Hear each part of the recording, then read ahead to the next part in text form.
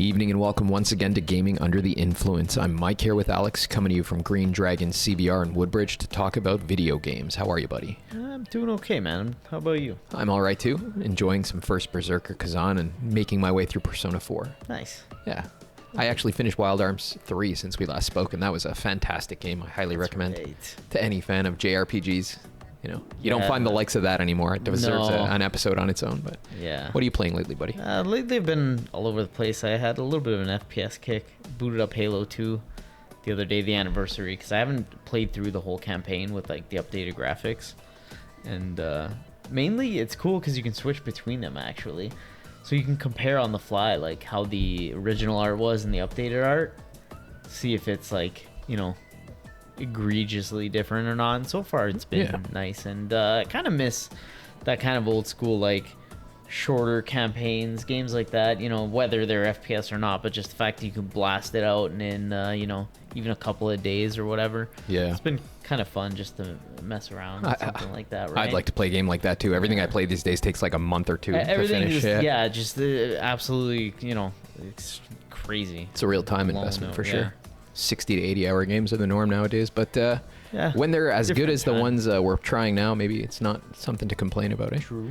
I remember last we spoke, we were apprehensive about the quality of what was at that time forthcoming first Berserker Khazan, but after some time with it, and after looking into the enemy variety and all of the presentation elements, we were worried it would lack. Yeah, I mean, it's right up there with Liza P and Black Myth and Stellar Blade, in my opinion, in terms of this like new wave of Soulslike developed in Asia outside of Japan. Yeah, you know? Which is great because like I'm happy to be wrong about it, right? I mean, absolutely. We were playing through it, you know, last week, and the demo didn't make a strong impression. Yeah, before we recorded, I wasn't really feeling it. I didn't feel any drive to go home and download and play it on my own. Exactly like Liza P though. Remember before it came out, we were like, yeah, we were probably lukewarm on that too. This is Pinocchio game. Yeah, you know? Yeah, that's right. And then you know what? That's why you never like. I mean, no, demo is a good judgment of what you're coming into, but always better to just give it an actual, you know, a shot after that. Right? If you think the concept has some merit, it's worth giving it a shot, no matter your first impressions. I think that's what this teaches us. Yeah. But what it got me thinking about is how it seems as though since 2023 we've entered this new wave of Souls-like games, as I just mentioned. Now there was a first wave of Souls-like games, and by that I mean Souls-style games not developed by From Software, to be clear. I don't mean like Bloodborne and Sekiro. To me, those are Souls games proper. First clones, you know, like other developers sort of taking it and running with it, putting their own spin on it. And after the first wave, which was pretty much from 2014 until Liza P, in my opinion. Yeah, that's a fair way to put it. Yeah, it feels like the ones that have been coming out since then have been slightly different in terms of their... Well, in a number of different ways we're going to get into today, but I think first it might be helpful to define what a Souls-like is to us, don't you think? Yeah. And people dispute this on the internet all the time, but I think a Souls-like is a game with frame-based action combat at its core. Yeah, very precise frame-based action combat. Yeah, where the camera is situated directly behind the character, and you're intended to observe the model's contact with the environment and with other enemies, you know?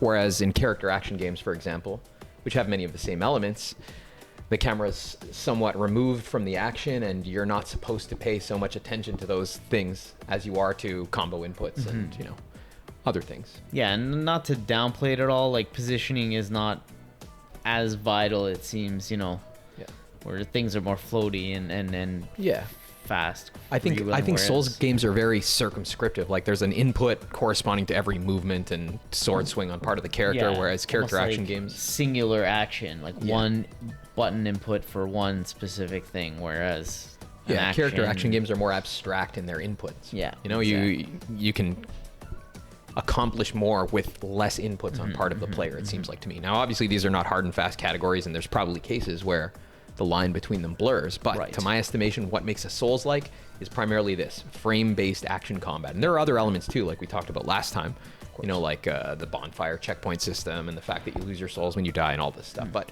I think you can remove some of that. You know, avoid standardization and at the same time retain the core identity of what makes a Souls-like We found game. those things that have a little bit of freedom to, you know, kind of meddle with and play, and it doesn't affect the overall quality, or it hasn't, at least from what we've seen. Yeah, that's right. Of these games. And there's been a number of games since 2014, more than 10 years ago. These kinds of games started coming out made by people other than From Software. Yes. There was this, what now we can think of as the first wave of Souls-like games, the early imitators of the FromSoft games that were incidentally mostly developed outside of Asia and outside of Japan. Except for a couple of exceptions like Neo. I think Neo, Neo was one of the first real Souls, clones or imitators, whatever you want to call it, Souls-like games, right? Yeah. But there was also the other ones. And if you've listened to our podcast previously, we're a big fan of Souls games. Yep. Even the first wave of Souls-like games. I'm very fond of a number of the games that have come out between 2014 and 2020, and we've spoken positively of all of them. But what characterized these games, to my estimation, is that they were firmly, most of the time, in the AA budget range, Yes, that's true. They did definitely exist more in that segment. They were indie games, they were AA games, and, they often aped I guess you'd call it the plotting combat of the initial Souls games, like Demon Souls and Dark Souls. Where your character moved slowly and reacted slowly, and it was almost like a turn-based action game in many ways. In some ways, you waited for the enemy's attack, you did your own, or a block rhythm or game, dodge, right? and then counter, essentially, right? Yeah, very much so. But the other characteristic of the first wave was the aesthetic that I think largely leaned into medieval fantasy. Yeah. Except once again Neo, Except for Neo, that's right. Yeah, that's right. And they also attempted in many cases to ape FromSoft's narrative minimalism, the fact that they conveyed the narrative with environmental storytelling, hands off, no cutscenes, this kind of thing. Right. And sometimes it did in fact work. But what these games often lacked, except, I keep saying this, except for a few exceptions, was the in-depth, like, mythopoetic world building of the FromSoft games, where at the very beginning the authors lay out like a metaphysic and a mythological history of the world, and your engagement with the mechanics is supposed to be like a window into that world, right? And your role in it, as an unimportant person striving to accomplish something important in most cases, And while these games were enjoyable in many ways, they never really reached that height of world building that the FromSoft games did to me. Right, of course. But what they did accomplish in many cases was the implementation of some important mechanical innovations, I think, And some examples include like the limb dismemberment system in the Surge. Yep. There was the loot mechanics and kind of leaning into the character action genre in part of Neo. Remnant from the Ashes had shooter. It was a shooter, shooting, right? Yeah, that one really that was a really big shake-up, right? Really threw it on its head, and I liked it. Yeah, I liked it too. Good, there was two of them, and I enjoyed both of them highly. They were good Souls-like games. Yeah. There was a number of other ones too, like Code Vein, Mortal Shell, Hellpoint. Varying degrees of quality and different budgets. Yeah. And most of them did incorporate some kind of innovative gameplay mechanic that the FromSoft games did not have. Remember the hardened mechanic in Mortal Shell we talked about. Yeah, the hardened mechanic, Mortal Shell. They all kind of had their own flavor and some method, right? Code Vein was like Anime Souls with always on co-op with your NPC partner there, Remnant, of course, was a shooter. Blasphemous was kind of like a side. It was a Metroidvania style Souls-like, right? That's right. Yeah. You had Sultan Sanctuary too a couple of years before that. Yeah. I think the first entry in this first wave of Souls-likes was Lords of the Fallen in 2014. That's fair to say. For some reason, if I hadn't looked that up before this video, I would have thought it was Sultan Sanctuary or Neo. Those feel older I always to me thought for some Neo. reason. Yeah, I thought Neo was the first official so even if Lords of the Fallen came out before it, maybe it's an Asian thing because they both came out of Japanese studios. Yeah. But regardless, Lords of the Fallen seemed like the first attempt to copycat it, right? By a European studio, Deck 13. That's right. If I remember correctly. They went on to make The Surge after that. Yeah. Which, The Surge 2, I didn't play 1, I thought was a really good game, actually. Yeah, an improvement, probably. I did like it a lot, yeah. But, if we're going to look back on this period of Souls-like games and define it, I think I'd say they're early imitators of the FromSoft Souls-like games that often don't live up to the same quality of world building that the FromSoft games feature, but they all feature their own unique mechanical iteration on the genre, which made them worth checking out, even if they weren't, even if they didn't reach the same heights as the FromSoft games. Yeah. Now, with Liza P, I think what you see, you know, and before we could even recognize it as the instigator of a new movement or trend, you know, this was clear to me when I played it in 2023. Like, this is the first game I played by a studio other than FromSoft that not only equaled the quality of the FromSoft games, but in many ways exceeded them. In my opinion. Yeah. That game was incredible in every conceivable respect. You know, it had the production values of a Souls-like game from FromSoft, and in many ways, you know, it was better actually. It looked better at better effects, better all of that stuff, that raw technical and material level. You know, but it also had world building and a metaphysical worldview that was on par with the FromSoft games too.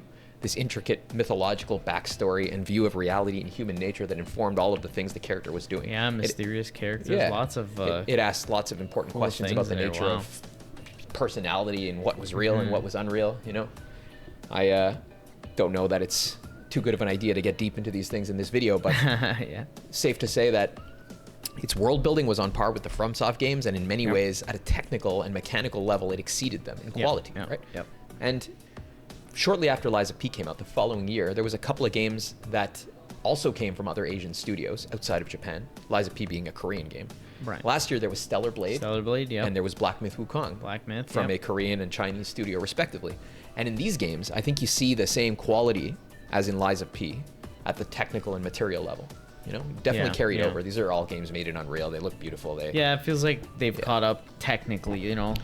For sure. They caught up technically, if not exceeded. Because I mean, these games are coming out, you know, a couple of years after FromSoft's last effort, right? Even compare like Lies of P and Stellar Blade and Black Myth to Elden Ring, you know. Elden Ring, you could argue its art style is unique and perhaps better than the other ones. I mean, I don't know if I would be sympathetic to that, but you could see somebody making that case. But it's hard to argue that it is as good at a raw technical level. In terms of its, you know, how it appears to the player, right? So you see this trend continue, and you also see a recognizable aesthetic in the first place that differentiates each of these games from each other and from the FromSoft games. You could look at a character from either of these games and Lies of P, and you would recognize it immediately. Instantly, in my opinion. We've talked about this before. They have really distinct visual identities, you know? And like Lies of P, Black Myth and Stellar Blade both have really interesting and determinate views of reality and human nature operative behind the narrative and the storytelling, you know? I think another thing to mention about these new wave of games is that their direct inspiration seems to be Sekiro rather than the Dark Souls games. So in Lords of the Fallen and even Hellpoint, Mortal Shell, I think even to a lesser extent in Remnant from the Ashes, you feel like you're playing an early Dark Souls game in terms of how your character moves around and how you can react to things in the world. You know, there's this sense in which all of your defensive actions are purely defensive in those games too. You don't often have something like the parry in Sekiro where you're defending yourself, but at the same time you're engaging with some mechanic that allows you to eventually damage the enemy using your defensive actions, right? Yeah, that makes sense. Yeah, so you have in Lies of P, you have in Stellar Blade, you have in Black Myth, it's focused on parrying or on perfect dodges that have the capacity to damage your enemy or something like that. Even when there's no stamina bar, there is this focus on damaging the enemy with your defensive actions too. So I guess you can call them more Sekiro-likes than you can Souls-likes in many ways. And that's the thing that stands out, is it seems to paint like a clear picture of what, you know, these people are inspired by the most. And then I guess it would say Sekiro. And it makes sense because it makes for some of the tightest combat that you've experienced in the whole genre, right? Yeah, that's right. You know, at the expense of RPG-like build variety, whatever you want to call it, you know, a multitude of weapons. Like even in first Berserker, Khazan here, there's only 3 different styles of weapon. You know, 3 different weapons with 3 different like attack set, move sets, combos, whatever you want to call it. And that seems like a simplification of it, but at the end of the day, you know, it works. Some of them have less, right? Works. Like Black Myth, you don't really have the ability to change your weapon like that. Lies of P, you do. And then, even in Sekiro, you don't actually use the same sword throughout the whole game. You don't actually have, and that doesn't even matter, right? No, I think that, you know, in many ways, we've argued before that Sekiro is the most mechanically polished of the Souls-like games, precisely because they remove the RPG elements and build diversity. Exactly, and that seems to be like this second phase that you're saying. It seems like the second wave leans into this too. So I think that they combine this like mechanical refinement from Sekiro with really rigorously conceived background ontologies, like visions of the world. Right. And they also, we should add, convey that world building with more upfront storytelling methods than do the FromSoft games. Except maybe Sekiro. This is also some ways in which they're inspired by Sekiro, where there's more dialogue between the characters, some cutscenes, some more explicit reference to what's going on. Even just like voice acting on the main guy. Does Wolf has a voice actor? He does. Right? He does have a voice yeah, actor. if I remember correctly. He's not a nameless character, right? And that, just that itself. Even that alone might set these apart. It's something we didn't even think about until this very moment. You actually are a character. You're not a named just, character, tarnished or whatever you know, the guy in Bloodborne. The hunter. Just like Sekiro, there's a narrative, a more upfront narrative, facilitated you're a significant by character with a named by that, character. That you're a significant named character within the world. That's right. So they combine the mechanical polish of Sekiro with these well-conceived background ideas about the world. And I think the other thing they do that the early Souls-like games, the first wave, did not do is that they feature, a AAA level visual polish that sometimes exceeds FromSoft's own work in that respect. Yeah, we're starting to see that for sure. I think Black Myth Wukong is one of the best looking games out there. It's looks beautiful, buddy. Incredible, right? Beautiful, so... And we were apprehensive about the first Berserker Khazan because based on our experience with the demo, it really didn't seem like it had an idiosyncratic visual flair nor a well-developed background view of reality and that it could express with its narrative and all of this stuff. But after some time with it, and after looking into other people playing it through, I think this is totally a false characterization of it. I'm happy to have been wrong about that, and I'm really enjoying it. And to my mind, it fits solidly in with this second wave of Souls-likes out of Asia, not Japan. Agreed. Yeah.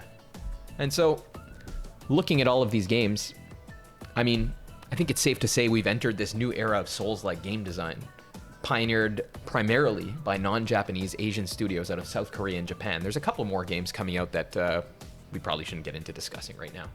But there will be time. Yeah, there's like Wukong, and there's a couple of other ones that look more like they have character action. Wu-Chang? Yeah, Wu-Chang, yeah. Wukong was the Neo successor from Team Ninja. Yes. Wu-Chang Fallen Feathers is the next one coming out of China. Right. But as it stands, since 2023, I believe we have 4 entries in this second wave of Souls-like. Those being Liza P, Stellar Blade, Black Myth, and now first Berserker Khazan. Yeah, that's fair to say. Yeah, and what sets them apart, like I said, from the early wave of Souls-like games, their AAA polish, the Titan mechanics inspired by Sekiro's lack of build diversity. The fact that you are a named character, the narrative window into the world building is totally refined compared to the FromSoft games where it's more hands-off and ambiguous. Perhaps the RPG build diversity goes hand in hand with that style. That's right. Yeah. And then in this case, with like we said, a named character, obviously you wouldn't have that much of a build variety because this is who you are and these are the tools you have at your disposal. Same like Sekiro, Wolf, for Katana. Sure. and I think one of the defining characteristics of the FromSoft games to me was like a Tolkien novel or like Shadow of the Torturer or something like this. Like these games are motivated by a very distinct philosophical outlook that the narrative is meant to convey. And some of the early Souls-like games in that first wave there, I think they had that more as window dressing than they really did as some well-developed thing that they intended to convey using the mechanics and the narrative, right? But in these cases, to me, those are all upfront features of this new wave of Souls-like games. Liza P, especially with this attempt to dissect the notion of personality and what makes a person real. Black Myth with its, drawing on this rich history of Chinese religion and mythology, and the bad guys are all Taoists, and your character is some like attempting to achieve Buddhist enlightenment and measuring all of these ideas against each other. Stellar Blade 2, I think. It interrogates ideas of what makes somebody divine, what makes somebody human. There's the difference between your character and her beauteous form and like all of the disfigured cybernetic organisms inhabiting the earth. It's got a very interesting set of ideas that you explore via the gameplay and narrative, And the same seems to be true of the first Berserker, which, from what I understand, is based in a pre-existing universe. But all the parts of the universe and how they interact with each other also have something to do with the same kind of like ontological themes, the same kind of like attempt to present a picture of what reality is and how it is ordered. There's like at this early cursory stage, to my understanding, there's probably the emperor who betrayed Khazan attempting to meld the netherworld into the real world and accomplish like classic JRPG villains. This, Yeah. This like deification of himself to become somebody that transcends the human condition and all this stuff. So, in any case,